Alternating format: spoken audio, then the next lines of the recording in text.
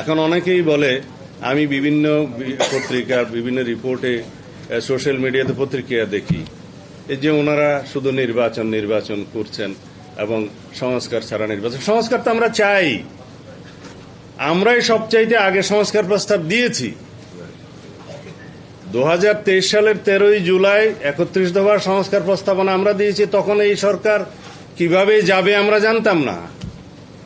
আমরা প্রস্তাব দিয়েছি ফ্যাসিবাদের পতনের পরে আমরা যারা ফ্যাসিবাদ বিরোধী সংগ্রামে লিপ্ত আছি, ফ্যাসিবাদ বিরোধী গণতান্ত্রিক সংগ্রামে আমরা যদি জয়ী হই, তাহলে আমরা সবাইকে নিয়ে সেই সংস্কার প্রস্তাবগুলো বাস্তবায়ন করব। একটি সমৃদ্ধ গণতান্ত্রিক রাষ্ট্র বিনির্মাণের জন্য সমস্ত রাষ্ট্রীয় কাঠামোগুলোকে আমরা গণতান্ত্রিক সংস্কার করব। তো সুতরাং আমাদেরকে যদি বলা হয় যে সংস্কার শেষ করে আপনারা নির্বাচনে আসবেন, সংস্কারের প্রধানতম প্রস্তাবক তো বিএনপি। জাতির সামনে আমরাই সেটা প্রস্তাব আকারে দিয়েছি অনেক আগে, এবং সেই সংস্কার প্রস্তাবগুলোর সাথে বর্তমান যে সংস্কার কমিশনগুলোর রিপোর্ট আছে তার মধ্যে হয়তো কিছু এদিক ওদিক থাকতে পারে, কিছু মিল আছে, কিছু অমিল আছে। সেই বিষয় নিয়ে আলাপ আলোচনা আমরা কন্টিনিউ করতে পারবো, আলাপ আলোচনা চলবে, কিন্তু সেই আলাপ আলোচনাকে আমরা সমাপ্ত করে তারপরে যদি বলি যে নির্বাচন হবে, সেটা তো আনসার্টেন ব্যাপার। সেই জন্যই আমাদের উদ্বেগ হচ্ছে যে সংস্কার যেগুলো নির্বাচনমুখী সেগুলো আমরা চিহ্নিত করি এবং সেগুলোর উপরে আমরা গুরুত্ব দেই, বাস্তবায়ন করি।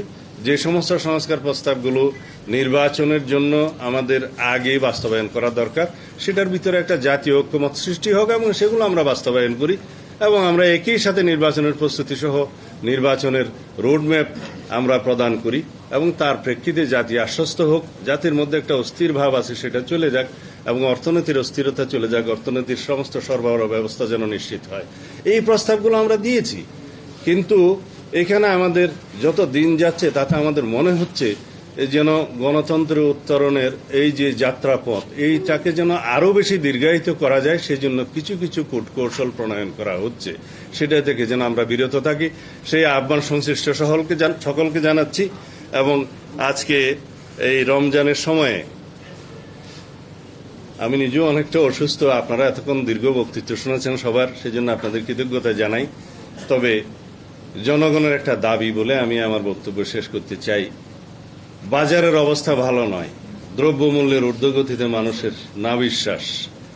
আমরা যদি শুধু বিভিন্ন রাজনৈতিক তত্ত্ব ঘাঁটি আর মানুষের পেটে যদি ভাত না থাকে, দ্রব্যমূল্যের ক্রয় ক্ষমতা যদি তাদের না থাকে এবং তাদের আয়ের সাথে যদি তাদের ক্রয় ক্ষমতার কোনো সঙ্গতি না থাকে, পারচেজিং ক্যাপাসিটি কমতে তলানিতে যায়, তাহলে মানুষ সরকারের সমস্ত ভালো কর্মকাণ্ডকেও কিন্তু তারা সমালোচনা করবে, এটাই নিয়ম।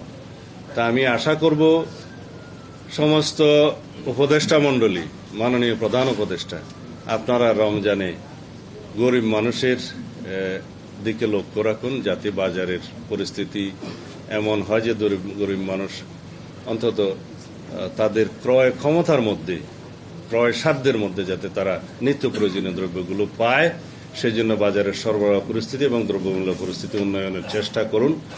অন্যথায় আপনাদের যে কোনো ভালো পদক্ষেপকেও তারা সমালোচনা করবে, এটাই স্বাভাবিক।